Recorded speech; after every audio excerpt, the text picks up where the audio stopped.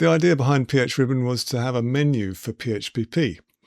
This will help you build PHPP and also go beyond what PHPP can do. So the build PHPP part can really do three things. It stores and retrieves information. So for example, on the U values tab, you can store and retrieve up to 150 whole U values, and you can modify those with about 150 lambda values. There's also a library of glazing type and frame type. That's 2026 data. And the Check PHPP button stores typical values. More on that later. Secondly, it will calculate something. For example, the window button works out the entire window entry from the style of window and some simple information.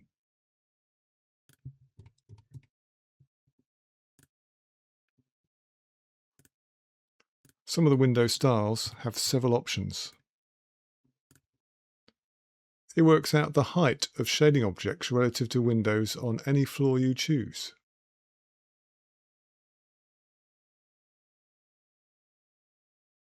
Floor height's already in there, but you can modify. It works out the D-reveal even when this is complicated by being shaded by either the frame or another part of the same building.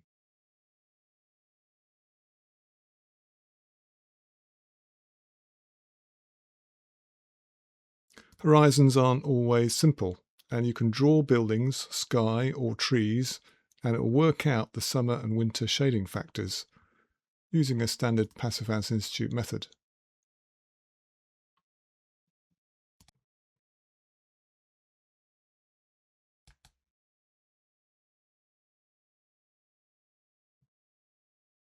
For summer overheating, it will tell you which windows overheat the most. You can click to go to that row in the spreadsheet, and you can then see how effective the various options are. And thirdly, some buttons just take a more visual approach.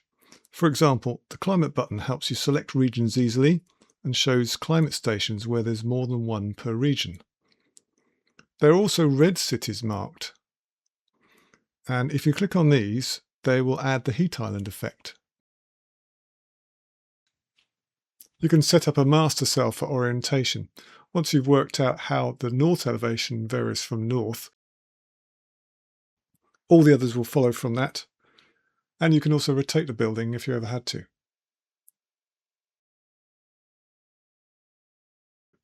For some buildings, it also allows you to draw the shape. It'll help you write the last three columns on the Areas tab.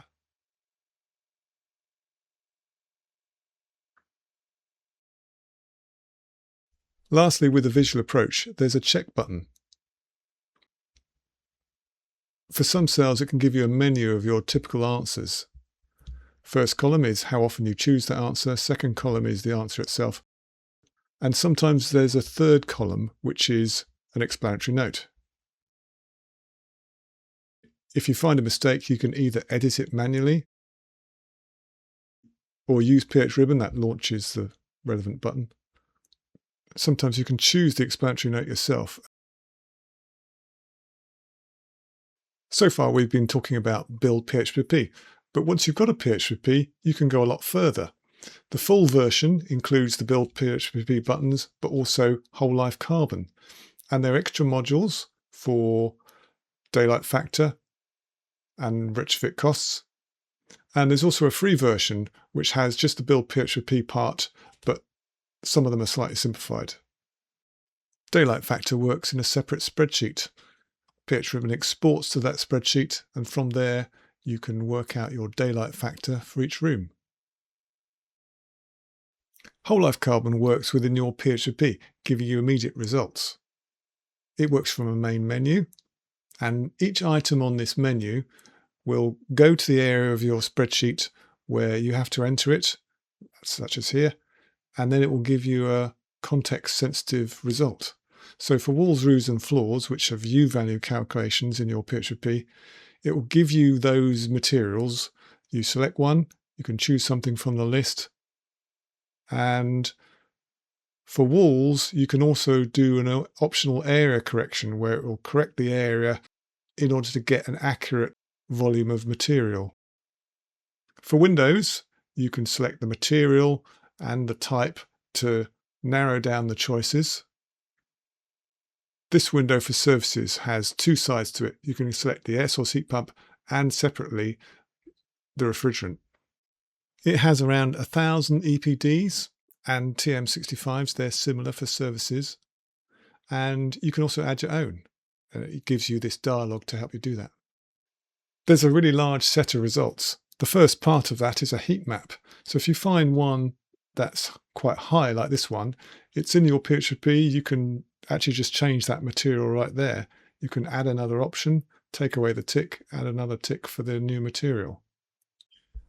It also gives you the results graphically. It gives you a breakdown of the embodied, cradle to grave, as a bar chart, and the whole life carbon emissions as a sum of the operational and embodied together. So you've got the upfront carbon here, and then you've got the operational along here, and each of these steps is a replacement of a embodied material. You also got the end of life tick here. It gives you the RIBA challenge, the RIAI challenge that's the same in Ireland, the LETI results for each option, the estimate of the UK net zero carbon building standard, that's the pilot version. It helps you work out the uncertainty factor, either by working it out for you or giving you the EPD. It gives you a full set of RICS reporting tables. This is the most detailed one here. We've also got the less detailed ones. And if you're submitting for the GLA, it will give you both the summary, which is this table, and also the line by line, each one here, which also gives you the circularity.